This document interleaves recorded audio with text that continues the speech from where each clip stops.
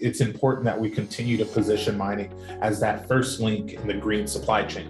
And so we have a duty to make sure that we're extracting in a way that really doesn't disrupt the downstream, if you will. And I think that we're doing that here in Nevada.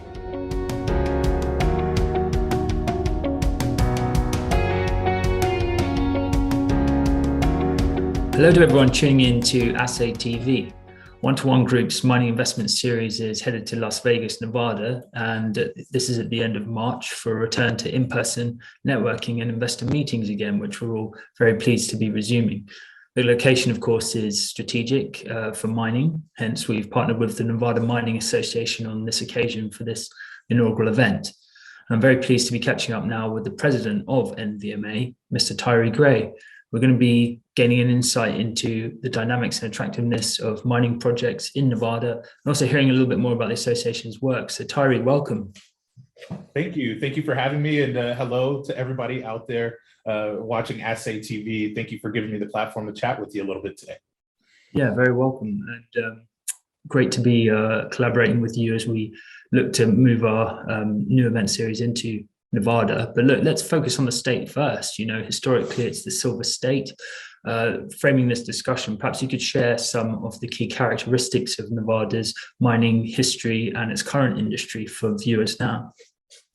Yeah, look, Nevada is uniquely placed. It's blessed geographically with wonderful mineral deposits, but we also have a historical perspective that you don't get in many other places. Right. Nevada is a state because of mining, actually.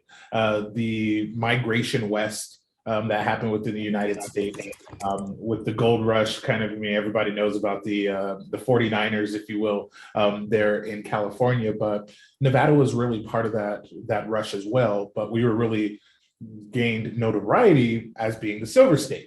And, you know, folklore has it that people were walking around basically tripping on silver nuggets here in Nevada. And so it is very interesting to have seen that kind of historic, have that history.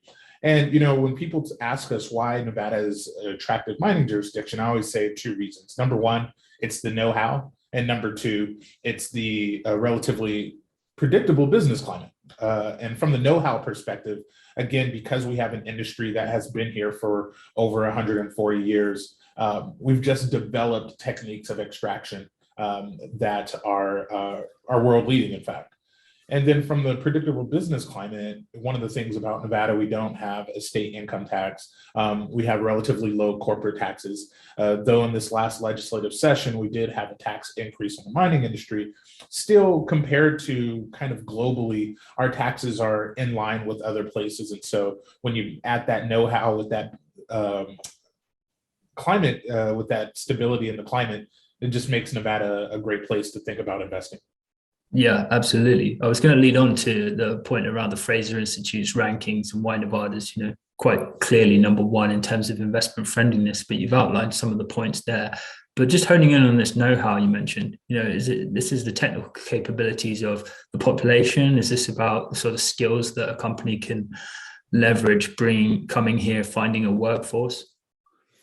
Yeah, I think all of the above, right? Number one, whenever you're looking at extraction, you need people who understand how to extract, right? But the second part that is unique to Nevada is really we have a very, in my opinion, and I think that proves out, we have a world-leading regulatory structure. Right. So we have regulators that understand mining, that understand how to regulate mining and not actually work against mining. Right. I think, again, I'm sure we'll get into some of the environmental side, but I think it's important that we continue to position mining as that first link in the green supply chain. And so we have a duty to make sure that we're extracting in a way that really doesn't disrupt the downstream, if you will. And I think that we're doing that here in Nevada, whether that be with our concurrent reclamation that you'll see, and then just our air, water, and quality standards that we take measurements on a daily basis, which allows Nevadans to actually know exactly where their air quality and their soil is, because we're taking about 100 different samples throughout the various operations on a daily basis. Excellent. Okay, let's hone in on some of those points in a bit, but just to introduce NVMA a little bit more clearly to our viewers, what's your mission and the extent of your operation? As president of the Nevada Mining Association, I have the blessing, really, of being really the face, if you will, of mining in Nevada. The Nevada Mining Association serves as that public voice, and we really aim to unite, to educate, and advocate on behalf of the mining industry. And so taking those words kind of individually, unite, making sure that the supply chain in total is united, right? Again, I think sometimes we look differently at vendors than we do as operators, but we're all one. And so I have the privilege of representing 37,000 families throughout the state of Nevada who are somehow dependent upon the mining supply chain for their livelihood. The second part of is education. And I mean, again, though there's a rich history of mining in Nevada, Nevada is a very, very large state. It's the seventh largest state in the union here. And a lot of people don't appreciate the distance in between Las Vegas and per se Reno. But by car, it will take you about 9 hours to get from Las Vegas to Reno. And so because we generally operate within the north part of the state and the rural part northeast, sometimes people in Las Vegas, and again, I live in Las Vegas, sometimes people in Las Vegas don't appreciate mining because they don't see it on a daily basis. So making sure that we're educating not only our children, but other business leaders, because again, pardon me, other business leaders, we have the gaming industry, we have tech industry. They need to know about mining so that they can appreciate mining's space within our economy here.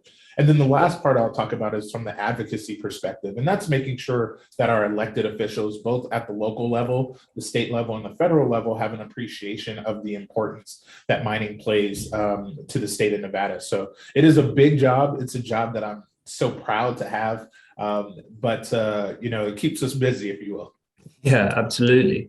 Excellent stuff. Well, again, we can hone in on some of those key pillars that you're involved with. I just wanted to touch on initially, though, from your perspective, how things might have changed in this current environment. Mining, certainly on the metals prices, is in a bull period. The energy transition, if you will, and decarbonization movement have sort of poured fuel on the fire of this rush for battery materials. Do you think the sentiment for activity, particularly in your state, has changed? Are you seeing a lot more, or is it not necessarily the case because mining's already been prevalent in Nevada? I think when you look at Nevada, we have we struggle, if you will, in two areas. One area is the embracing of I should say community of mining, right? Because again, I think we're still pegged as an industry that operates the same way that it did in the 1800s. And so in order to do something around that, I've actually, and we'll maybe talk about this a little bit later, but I have a program that I call the 2D program. That is kind of our focus for 2022.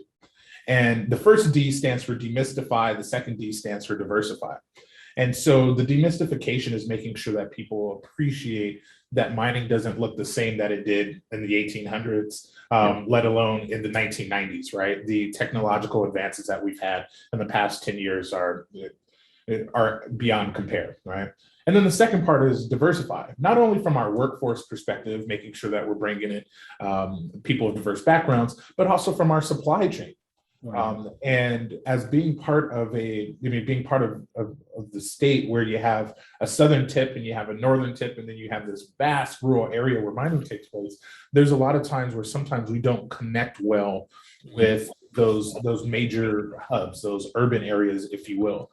And so creating that diversity within our supply chain will help us connect better with those urban areas. So, again, it is a unique job that we have here at the Nevada Mining Association, but it's one that I think we're doing a really good job at. And because of that, we've seen the favorability of mining somewhat tick up over the last year or so, particularly because throughout the pandemic, mining was a major contributor to the state's economy. And again, having that, you mentioned the the prices of metals, and having that supply chain difference, right? Or excuse me, having that being counter-cyclical, if you will, to the other industries in our state. Tourism goes down, the economy goes down, and in the US, the price of metals tend to rise, and so mining tends to do a little bit better. And so that allows us to be able to be a larger contributor to the state during those times. So to answer your question, yeah, we've seen a slight uptick in our favorability, but we have a lot of work to do. Yeah, certainly. Well, let's focus in on some of that work. You're doing a great deal on the education side, as you mentioned. The advocacy is certainly there. You mentioned you want mining to be seen as the first link in the green supply chain. We, the converted, know this, but yeah, tell us about some of the outreach campaigns that you're doing at the moment, such as the 2D program. And do you think that the message is really coming clear now, particularly in this existing energy transition, linking to COP26, the decarbonisation movement? Is it coming clear in the public's eyes of how essential mining is as that first step? Yeah, the problem is that most people don't appreciate the fact that when you eat at night, right, and you have a piece of steak on it, very few people make that link from that steak between what you have on your plate and the cow, right? Mm-hmm. And I think a lot of times when we are talking about mining, the same is true. A lot of people don't make the link between the cell phone and where those materials are sourced and where they came from. And so part of our program and part of our outreach is really being able to get people to focus and to appreciate where the supplies and the items that we use on a daily basis, where they actually come from. And so we have a couple of different, I talked to you a little bit about our 2D program, which is really our 2022 focus. The second way that we're doing that is we do what are called teacher workshops. And teacher workshops are the ability for us to get in front of teachers throughout the state and actually provide them with STEM education. So we help them to get their continuing education credits. But in doing that, we're actually teaching them about modern mining so that they can take those practices and take that information back to their students. The third way that we're engaging is really more in a philanthropic way, but it also drives the awareness of mining. So a program that we have, it's called Hope for Heat. If anybody knows anything about Las Vegas, it gets really hot in the summer.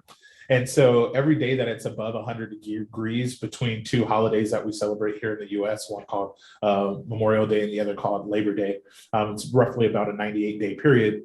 Every day that's above 100 degrees in Las Vegas, Reno, and/or Elko, or one of our rural communities, we actually provide $100. And the idea around that is so that people are connecting again with the industry. It's just a way to get the industry out in front of people, but it's also a way to make sure that our social license to operate, which is something that is really huge for us, which is about making sure that we are giving back to the community, is being highlighted. And so we enjoy that program because it is a whole lot of fun. But from the workforce side, because I'd love to chat a little bit about that, we're also doing a program that's called Mining Vegas for Talent. And you'll catch the pun in there, which is trying to find talent in Vegas. We're mining Vegas for that talent in order to get them to find diverse applicants, non-traditional applicants into the mining space to pull them in. Nevada's mining industry is unique in that it is the highest paying industry within the state of Nevada. We have 100% paid for employer paid healthcare. I know for some places you're like, employer, why doesn't everybody have healthcare? But that's a whole other conversation that we around U.S. systems of caregiving, if you will, but employer paid healthcare, employer paid retirement benefits. And so having that type of industry that does all these wonderful things, we still have to go out and make sure that we're exposing people who are non-traditional applicants to the mining space. So those are a couple of programs and some of the outreach that we're doing. I do conversations just like this. In fact, I was on our local news just the other day, always getting out and just making sure that we're putting a face to mining, because again, we don't want to be seen as a faceless corporation that nobody knows who actually works in it. We are all Nevadans and we are all miners, and that's one of the things that we push out to our folks. Yeah, excellent. Some wonderful initiatives there. Let's delve into the workforce challenge then, maybe at the moment. mining certainly got its appeal if you know about the industry. But as you say, there's a raising awareness and educational piece that goes with it. On the flip side, there's also a lot of wage inflation that the operators are experiencing, or finding sort of expertise, the right crews, moving crews around when the drilling season kicks in after a backlog from the pandemic, things like this. How's the landscape in Nevada for workforce, and what are you overcoming some of the recent challenges that have been experienced there? Well, the truth is, like probably every industry within the state of Nevada, the US, and maybe even across the globe, we're all having issues identifying young, new talent, right? The retention of the talent that we already have, some of that gets built in, and obviously retention of human capital is something you really want to focus on. But as your workforce ages, you have to find new people to bring in. And that's, a program that we are actually running through the association is called the 360 program. And we're targeting people in college, freshmen through junior year. And the concept is to bring them in and give them an internship to give them the holistic view of mining. So they actually spend a couple of weeks with the mining operator. They spend a couple of weeks then with a regulator of mining as well. And so that gives them a holistic view so that they have a comfort of, wow, this is what it takes to be in mining, and this is the regulations of mining. And that's really meant to allow people who may have some hesitancy, again, because of the public information side that we're still doing a lot of work on. I go, oh, well, I don't want to work in an industry that's, that's dirty, that's not clean, or whatever the case it is, or that's not regulated or aren't following the rules. And then they come into the program, they see what actually happens, and then they see the regulatory side, and then they go, oh, wow, this is wonderful. And so, we've been able to recruit quite successfully out of that program, but we do have some challenges. I always say that the ability to hire somebody is a three-pronged benefit for everyone. Number one, it's a benefit to the employee because they come into an industry where they're, again, amongst the highest paid within our state. Number two, it's great for the state because we're taking somebody and making them more gainfully employed. Hopefully they will become more revenue generators and purchasing homes, vehicles, all those things within the community. But then third, and last, really is there's a benefit for the company because we now are able to start to produce at a level that we believe we should be able to produce. And so Nevada's mining industry consistently runs about 400 to 700 jobs below where it should be. Right. And so through some of the initiatives that we're taking up, we're able to start to close that gap. But that gap will just continue to be there because, again, we do have an older workforce that is starting to age out. And so we need to continue to recruit young talent. Yep, excellent. That's very insightful. Okay, I wanted to talk about ESG, some of the aspects there that NVMA is helping to enact good stewardship of assets within your state. And that would be my last sort of topic for this Q&A. But I thought what would be very interesting would be to talk more on the social license aspects, if you have anything to specifically say around those. The way that we interact with our community and our environment really is important to Nevada mining and holistically. I'll take that first. Number one, Nevada is about 80% controlled by the US federal government. That may not make a lot of sense for people who are not within the US, but what happened as the migration from east to west happened, the federal government retained control of large swaths of land in some of the western states.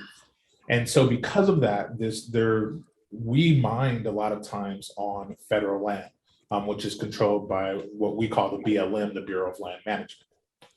And so because of having that large amount of land that is kind of controlled by the federal government, we have to interact very differently with mining here in Nevada than you may have to act in other places. So when I talk about community, I'll break that up a little bit. Number one, let's talk about our neighbors. Because of federal land, again, we have a large indigenous population here in Nevada. And so number one, it's really important that when we are operating, we are actually talking to our neighbors, those indigenous communities, making sure that when we are extracting, we are doing so in such a way that continues to preserve cultural history and cultural sites that may exist there. We're very sensitive to that. Almost every operator within the state has some level of an indigenous outreach department or something like that that really interacts to make sure that we are sensitive to those needs. But the second part that I'll speak about is community is a little closer to home, if you will, the communities in which we live and work. You won't see a single baseball team, charity that is not supported by the mining industry. And in fact, we support across the state, not just in some of the rural areas and northern areas that we may operate. There's a wonderful program called Spread the Word Nevada. If you've never heard of it, I encourage you to look it up. But we did a program for them, what we call Mining for Books. And Spread the Word Nevada is all about literacy. And we were able to help them expand to 4 new community areas by doing a donation of roughly $70,000, a lot of money, to be able to help them to expand. And again, that's just sowing seeds. We don't get anything back from that, right? I mean, you go, what's the ROI on that, right? I mean, if somebody was just looking on the budget sheet, that doesn't really pencil. But from a social perspective, if we can help literacy, if we can help children to make sure that they can achieve their best, then we are doing our social duty. And so that's what we do from the community side. And I mean, kind of shifting from the community side to the environmental side, I think it's important to recognize that, again, the extraction methods that we use today are much different than the extraction methods that were used 40 years ago. And the sensitivity around environmental concepts today are much different than they were 40 years ago. I mean, the United States, we have the EPA, the Environmental Protection Agency. And I like to remind people that the EPA is only 50 years old. And so when we talk about the way in which businesses in general, not just mining, I mean, automakers, construction, pretty much you name it, agriculture, the way in which they interacted with the environment 50 years ago is much different than the way that people interact, not just because of the regulatory, but also because of the appreciation and the understanding of the long-term cost. And so for us at the association, we keep that front of mind. One of the ways that we do that for our members is we actually host conversations much like this. We call them the hard hat chat. And we bring in specialists that will discuss kind of best practices, and we provide continuing education and learning opportunities for our folks. And then we also highlight new technologies that may be out there where people are able to show, hey, this is a way to extract in a much more conscious way, and be able to preserve the industry so that we can continue to operate and continue to grow, frankly. Because like you said, our demand for mined materials is not decreasing over the next 20, 30 years. It's really increasing by, 3, 4, 5, 10-fold sometimes. And so, we're going to have to extract, but we're going to have to do so in a conscious and environmentally, I should say, in an environmentally conscious way. Great. So earlier we mentioned a return to in-person networking, much needed after a long period of doing these virtual interactions. Have you got any other speaking engagements or events coming up that you'd want to notify our audience about? Well, first I'd say I can't wait to welcome everybody to Nevada March 30th and March 31st. Las Vegas is open for business. We are looking forward to having travel back. So please come and bring your wallets. I say that in jest, but we look forward to having everybody here. And I look forward to being on some of the panels there and getting to interact with folks. So if you see me, please stop me. Please say hi, because the assay is doing wonderful work getting prepped for this event. From the Nevada Mining Association perspective, we have 2 events that are coming up that we're really excited about in March. In the middle of March, we have our Reverse Expo. And the Reverse Expo is a unique opportunity where we link our vendors with operators, and it's just a way to share new technologies. And one of those areas, there's actually an opportunity for kind of crowdsource solutions where somebody may say, hey, they'll present a problem that they may be running into, and then you'll have this crowd who will help to work to find a solution, which is really cool because again, you think about operators, yeah, there's some competition there, but there's also collaboration because when one person learns how to extract better, then I mean that's going to spread throughout the industry and really help everybody.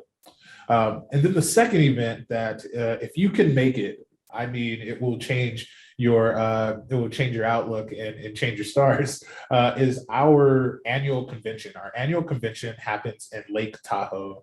And if you've ever seen or ever been to Lake Tahoe, you know how beautiful it is. And if you haven't, Google it. Lake Tahoe is gorgeous. And so that'll be the second week of September. And it is an opportunity where the entire industry, we have CEOs of operating companies, of major vendors are there, and it is a wonderful networking opportunity. But you also will get to hear from me, get to hear from industry leaders, get to hear from regulators, both at the federal, state level. People who are doing pretty much anything in mining tend to come to that convention. And so we're really excited to have it back. We've had to postpone it because of pandemic, but we will not be doing that in 2022. So we look forward to hopefully having some people come out for that. But those are the things that are kind of out on the horizon for us. Obviously, we're going to continue to do the normal work on a day-to-day basis, being that public voice for Nevada's mining, modern mining industry. But yeah, that's what we have coming up. But I'm looking forward to the event in Las Vegas. Yes, excellent stuff. So the Reverse Expo, just to check, it's in March, right? And the annual meeting in September. Yes, and if you want to find out more about that, if you'll visit nevadamining.org, that information is there for you. Our membership services manager, her name is Miranda Hoover. You can tell her I sent you. And I mean, I don't know whether or not that'll get you better service or worse service, but at the end of the day, I can please interact with us, engage with us. I know that your listeners are all over the world, but hey, Nevada wants your business. We want to find out ways to incorporate you in. So please reach out and we're happy to help where we can. Yeah, excellent. Thank you very much, Tyre, for speaking with us, sharing the insights. It's really good to have this collaboration, and we're looking forward to meeting in person and, of course, meeting up in Las Vegas. Thank you, Adam. And again, everybody stay in good health, and we'll see you in March in Las Vegas. Thanks for speaking with us, ATV.